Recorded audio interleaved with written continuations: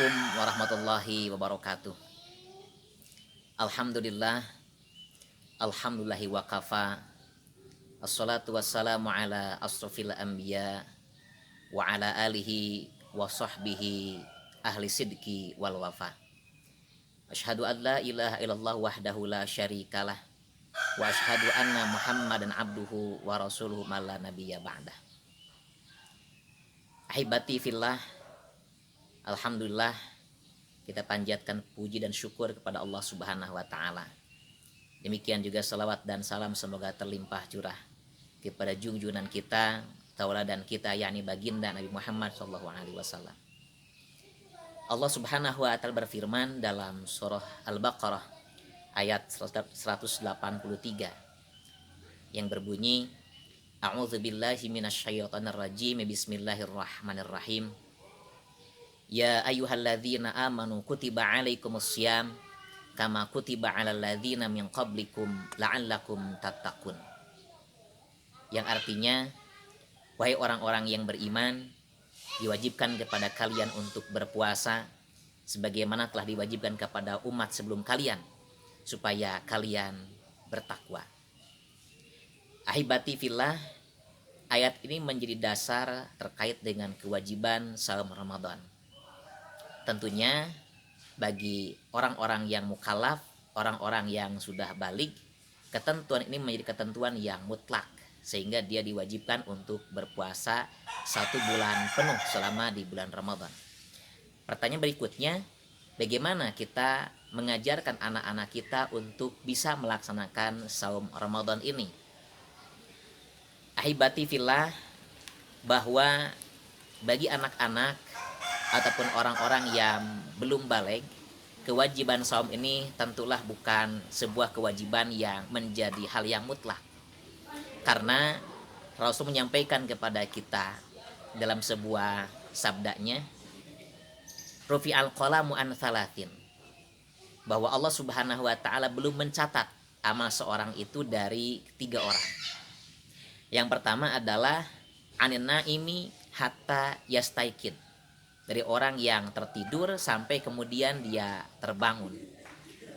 Yang keduanya wa anis saghiri hatta yakbur, yaitu dari anak-anak sampai kemudian dia besar.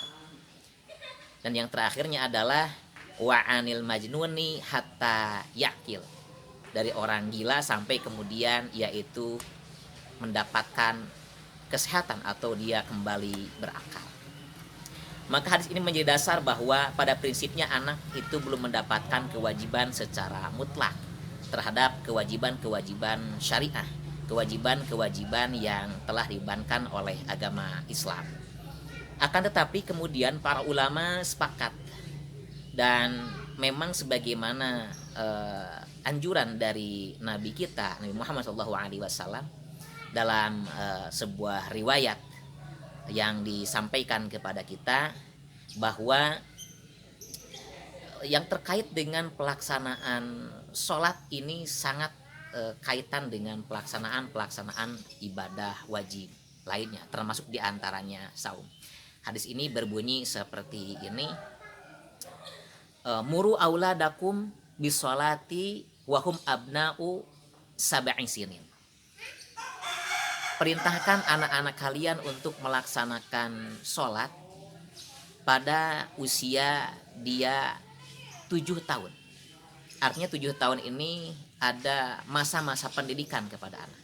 Masa-masa pendidikan kepada anak supaya anak memahami terkait dengan bentuk-bentuk peribadatan, keibadahan kepada Allah Subhanahu wa taala. Tentunya diantaranya adalah sholat. Kemudian wadribuhum alaiha wahum abna'u asri sinin, dan pukullah kalau ia masih meninggalkan terkait dengan perintah sholat ini ketika usia dia sudah 10 tahun. Wa farriquhum fil madaji', dan pisahkan tempat tidur mereka yang laki-laki dengan yang perempuan di usia seperti itu. Nah, hadis ini menjadi sumber dalam pendidikan kepada anak, di mana bahwa anak-anak itu boleh kita ajarkan untuk pelaksanaan syariat-syariat, Di antaranya puasa sebagai bentuk pendidikan adalah ketika dia mulai menginjak usia 7 tahun. Tapi apakah boleh usia sebelum itu? Tentu saja dibolehkan. Yang penting bahwa anak mendapatkan kenyamanan, anak mendapatkan ketentraman, anak mendapatkan ketenangan ketika dia bisa melaksanakan saum itu. Sehingga tidak menjadikan beban dan anak-anak tidak merasa kemudian bahwa ini memberatkan. Nah, kenapa? Karena yang diharapkan dari pendidikan itu adalah kenyamanan, ketenangan, kebiasaan, sehingga nanti ketika dia mencapai usia balik, dia akan mudah melaksanakan saum itu dengan sebaik-baiknya. Karena dia telah belajar terlebih dahulu di usia ia masih sangat kanak-kanak. Tapi sekali lagi, dalam hal ini tidak boleh memaksakan. Tidak boleh memaksakan anak untuk melaksanakan puasa secara penuh. Tetapi kalau kemudian anak itu dengan sukarela, dia misalkan pagi-pagi ikut sahur dengan orang tua, kemudian dilanjutkan ia melaksanakan saum, dan itu didorong oleh orang tuanya, diberikan motivasi oleh orang tuanya supaya ia mau melaksanakan saum itu. Tapi tentunya tidak dengan jalan paksaan. Ketika dia mencapai waktu duhur, kemudian dia merasa lapar dan memang tidak kuat untuk melaksanakan saum, maka boleh anak itu untuk berbuka. Tapi kemudian kita ajari lagi kepada anak supaya melanjutkan sampai waktu maghrib, sehingga maghrib kemudian dia ikut buka bersama-sama. Nah, nuansa-nuansa Ramadan ini kemudian harus kita bangun menjadi kenyamanan, ketentraman, kemeriahan bagi anak-anak.